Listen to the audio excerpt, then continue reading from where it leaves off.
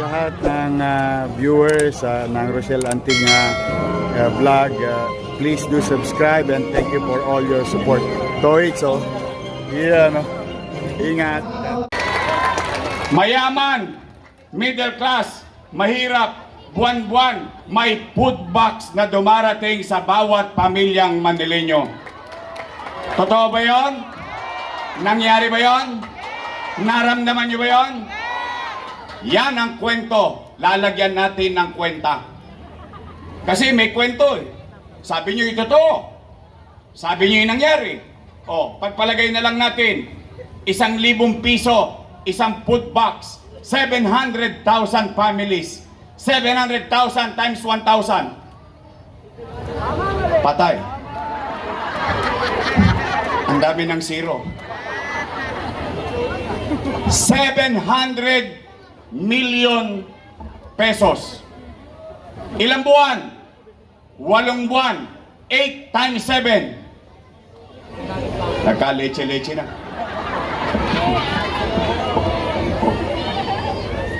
56 total. Food box pa lang. 5.6 bilyong piso.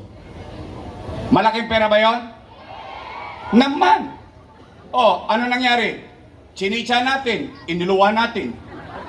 Wala na. Psh! Gone in the wind. 5.6 billion. Hindi ko pa nabanggit yung 1,000. Tama ba? Plus 700 million. No, magka? 6.3 bilyong piso. Yan ang kwento na may kwenta.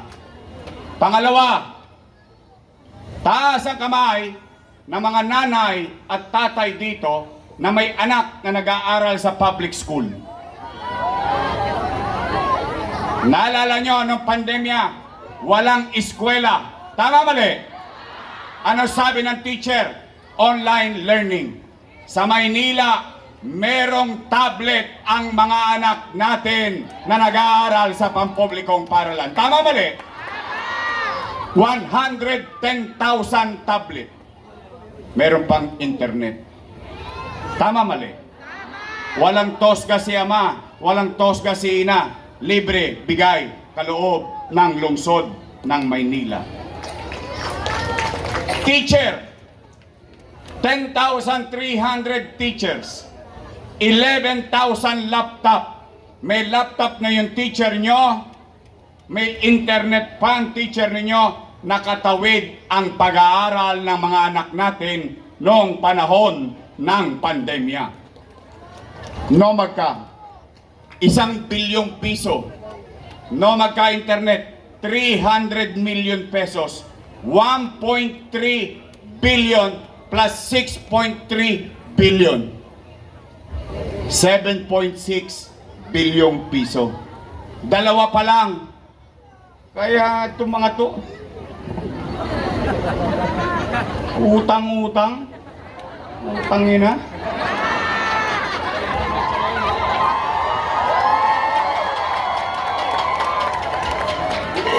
Real talk lang. Saan ko kukunin yung pera na yon? Saan ako maghahilap? Singilin ko kayo ng buwis? Wala nga kayo makain eh. Sisingilin ko pa kayo ng buwis? Tama! Hindi ba makatwiran yun? Oh, nagagalit sila. Utang ng utang. Utang ng utang. Naramdaman nyo ba yung inutang? Kinain ba natin? Inechas nga natin eh. Tama mali? Wala pa dyan. Remdesivir, Tocilizumab, Molnupiravir.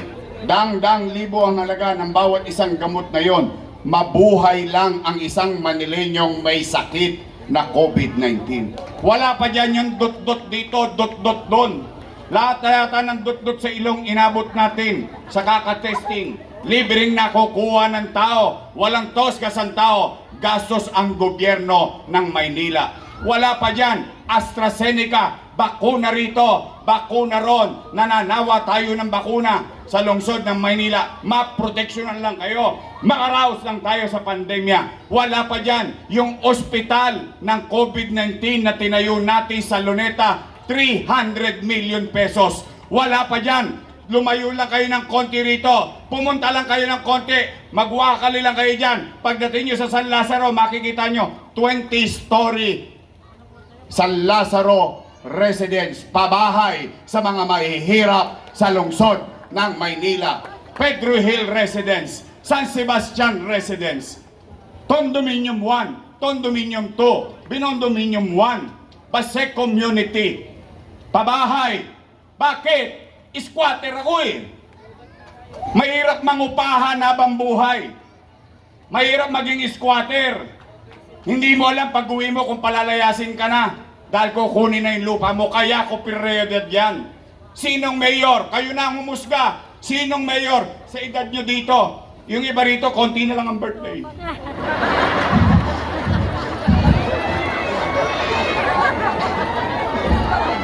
Ang ibig ko sabihin, sa hinaba-haba ng pamumuhay ninyo, sinong mayor ang nakagawa ng libo-libong pabahay, walang tinapon sa probinsya, nanirahan din sa Maynila? Wala pa dyan, Paseco Hospital, 3 taon nang tapos. 3 taon na akong wala, hindi pa rin bukas.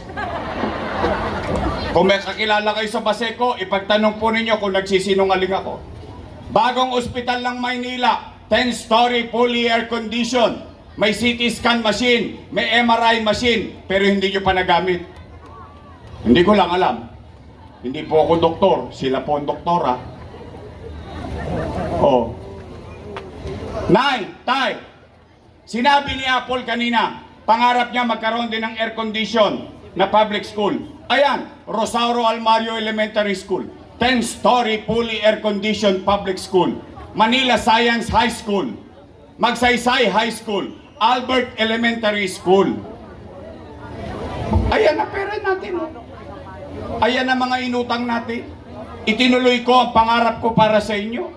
Ba't sila nagre-reklamo utang dito, utang doon? Kaya nay, kayo ang humusga. Sabi nila, kasama si Chihuahua, mali daw ang ginawa ko.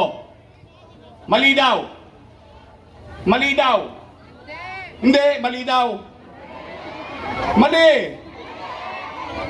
Mali. Kung ako, pagbigyan natin si Chihuahua at saka yung amo niya. Pagbigyan natin, kwentuhan lang naman to eh. Matatalino naman kayo, alam ko eh. Pagbigyan natin sila, ano, mali? O kung yun ay mali, kung mali ang ginawa ko, di mali din sila. Bakit? Kasama ko silang gumawa nun eh. Tama ba? Sinong vice mayor ko nun? Siya. Sinong majority floor leader? Si Chihuahua. Mali pala eh. Ba't yung inaprubahan? Masama pala eh. Ba't yung pinagbotohan? Samantalang nung nagkakabigayan ng food box, dumadamba-damba pa sila. Yan. Tama po ba? Kung ako mali, at least ako tatayo sa harapan ninyo. Kayo magpako sa akin sa krus. Bakit? Basta ako, paninindigan ko, ginawa ko. Bakit? Kasi gusto kong iraos, katulad ng pakiramdam ninyo, bilang isang ama, bilang isang ina, kapag nagdarahop ang inyong mga anak, iraraos nyo, itatawid nyo, gagawa nyo ng paraan. Yan ang obligasyon ng isang mayor sa kanyang mamamayan.